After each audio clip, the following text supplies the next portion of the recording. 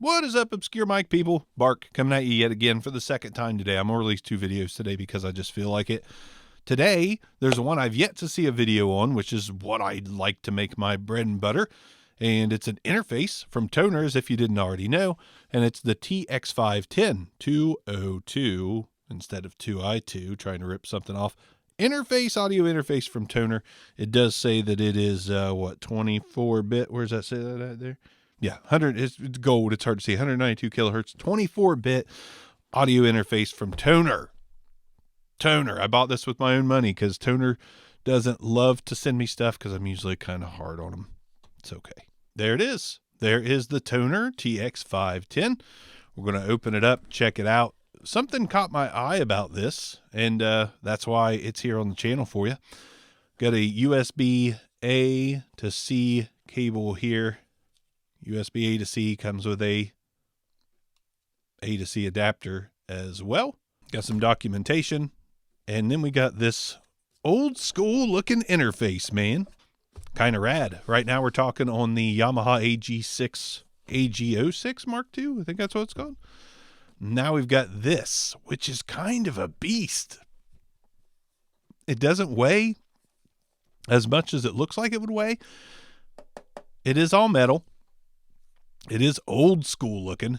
We got some gain knobs with no wiggle at all. Those are really nice, actually.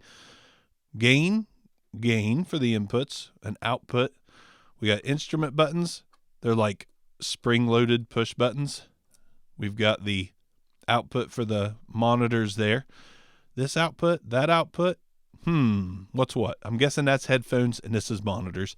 We got a loopback button, also spring-loaded. A mono button, so if we wanted to use both microphones in a mix, we got that. I like that. I think that should be included on every interface for two-person podcasts that you don't plan to edit stuff with.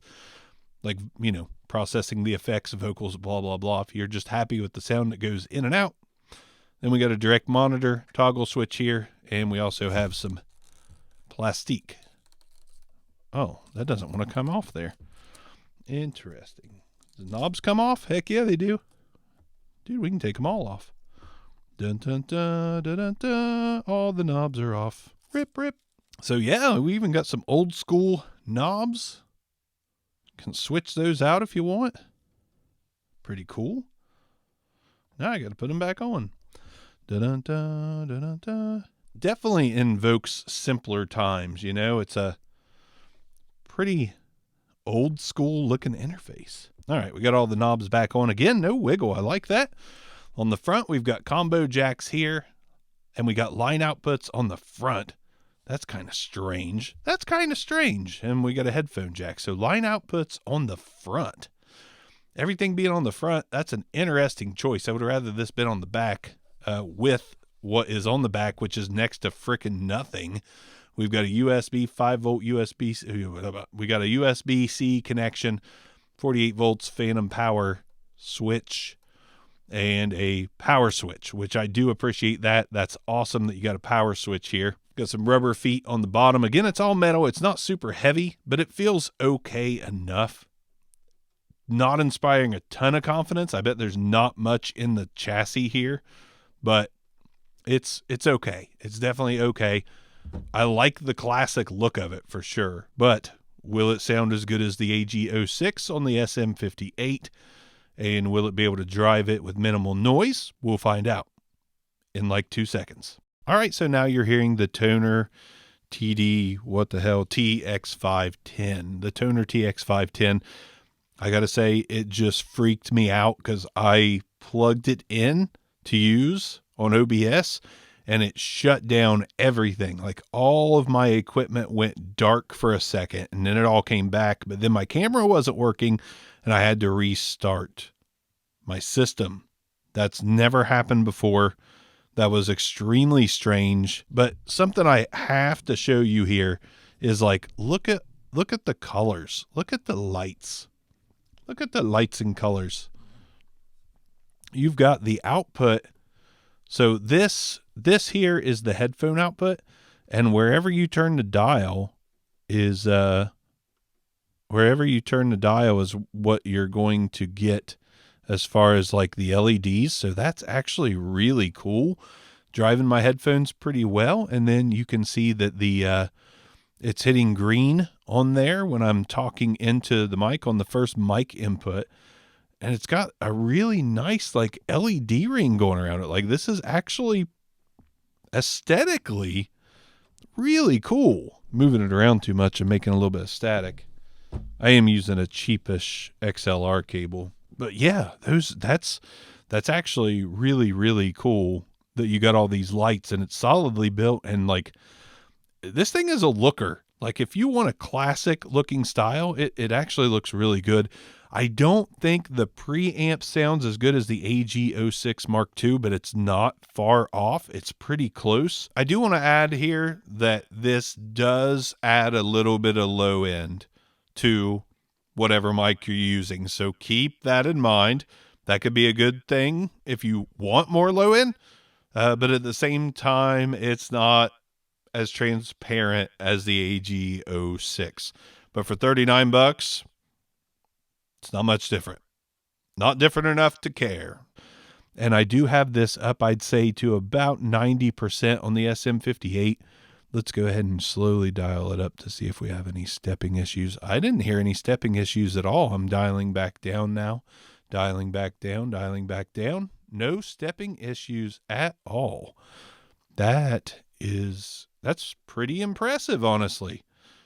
That's really cool. I think a successful product from Tonor. I sound super surprised, don't I? Let's check out the loopback button. Let's see. We're going to go into Apple Music. Yeah.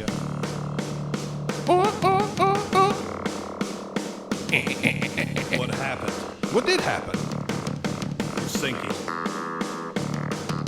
We're sinking. We're sinking. Yeah, we're sinking. Okay, so loopback works well. Direct monitoring works well. The mono button works well. Dude, this is actually pretty impressive from Tonor. Totally usable interface and quiet. I'm not hearing any noise really at all. Okay, so they've got a white one too. The white one's slick looking. $39.99. $39 Like, okay, Tonor's getting a huge pass from me on this one. The Tonor TX510 is $39.99. You get 2 combo jacks. You get a mono button, loopback, direct monitoring. You get preamps that do the job. You get a really cool classic look. Like, again, I'm going to show that to you because it's kind of rad.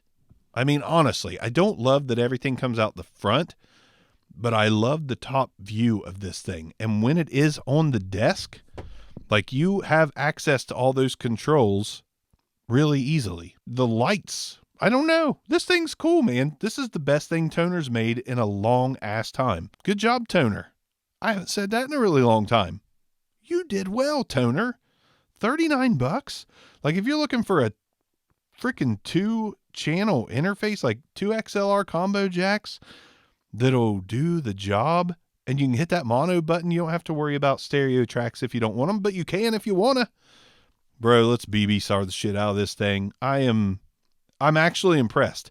I don't think I've ever had a Tonor product in here that I was more excited about or more impressed by. $39. Word. Damn. Okay. On the BB-SAR, it is what it is. You got to know what it is you're getting. Okay. So this is a Tonor audio interface. We know that, right? But like, there's nothing super fancy on it, but it has all the features you need to do to podcast, YouTube, make some music, all that good stuff. It's quiet. This is crazy, dude. I'm going to give it a 9 on the BB-SAR. I think it's great. I think the only way that it could have been absolute perfection is if the inputs were on the back, because there's plenty of room on the back for all of this stuff to be. They just a little bit of reverse engineering and flip some of those boards.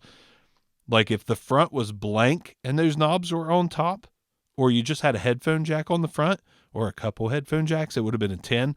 It's a 9. This is great. I'm impressed. I can't believe how good this thing is. 24-bit, 192 kilohertz. It shut down my whole system, but I assume once it's wired up and good to go, it's wired up and good to go. I don't know. I'm blown away. Blown away that you can get this for $39, and it's metal. Doesn't feel hefty, but it feels okay. Good job, Tonor. Holy crap.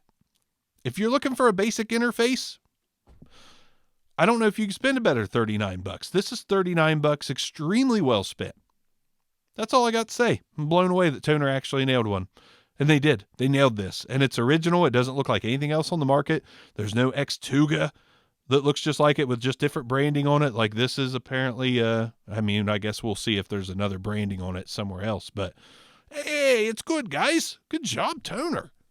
Give him a little pat on the booty. Obscure Mics. See you guys next time. Peace out.